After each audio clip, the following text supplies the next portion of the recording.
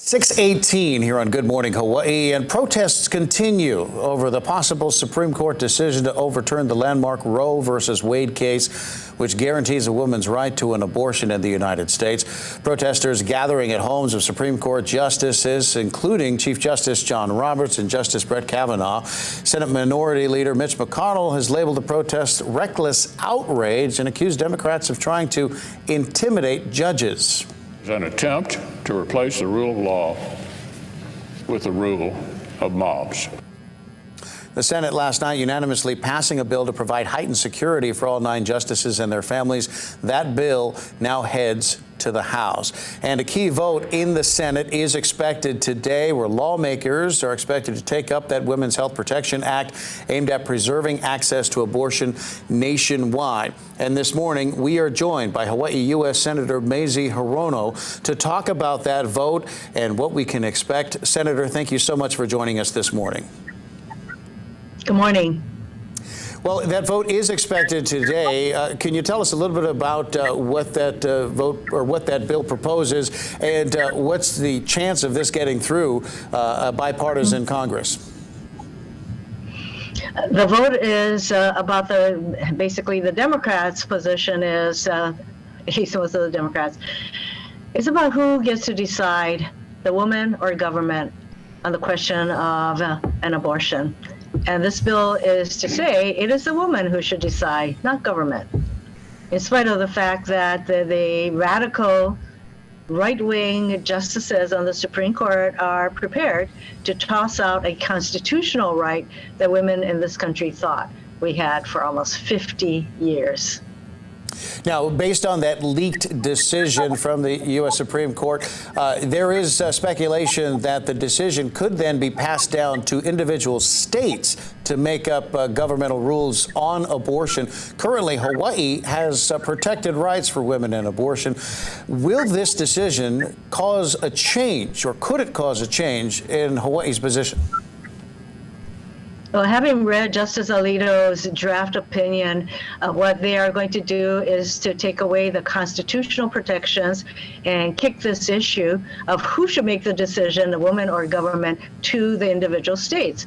So for now, Hawaii is protected. I'm proud of the fact that Hawaii was the first state in the nation to say it is a woman's decision, not government's decision.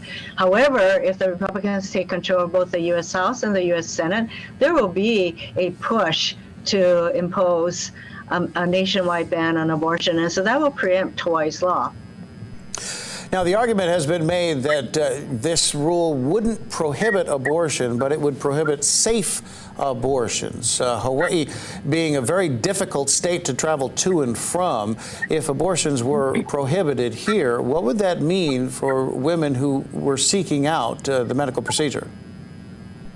Of course, it's going to be really hard when you think that there are 13 states already that have what are known as trigger laws. As soon as the Supreme Court eliminates this right, then those trigger laws will apply and abortion will no longer be legal in those states. We all know what's already happening in Texas, where women have to travel hundreds of miles to get reproductive care and abortions.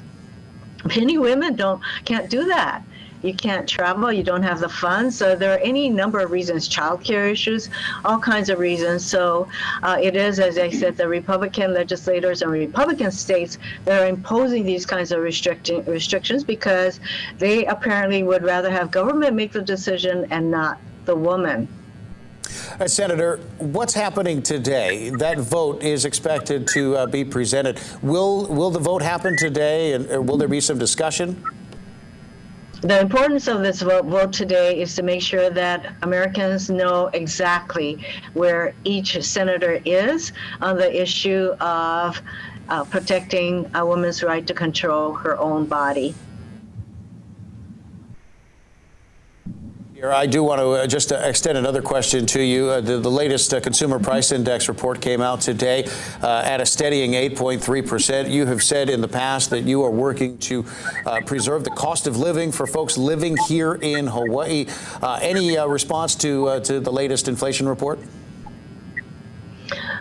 we all know that the inflation is caused by any number of things, including, of course, the interruption to supply chain due to the COVID pandemic, and the gas prices have a lot to do with what is happening in Ukraine.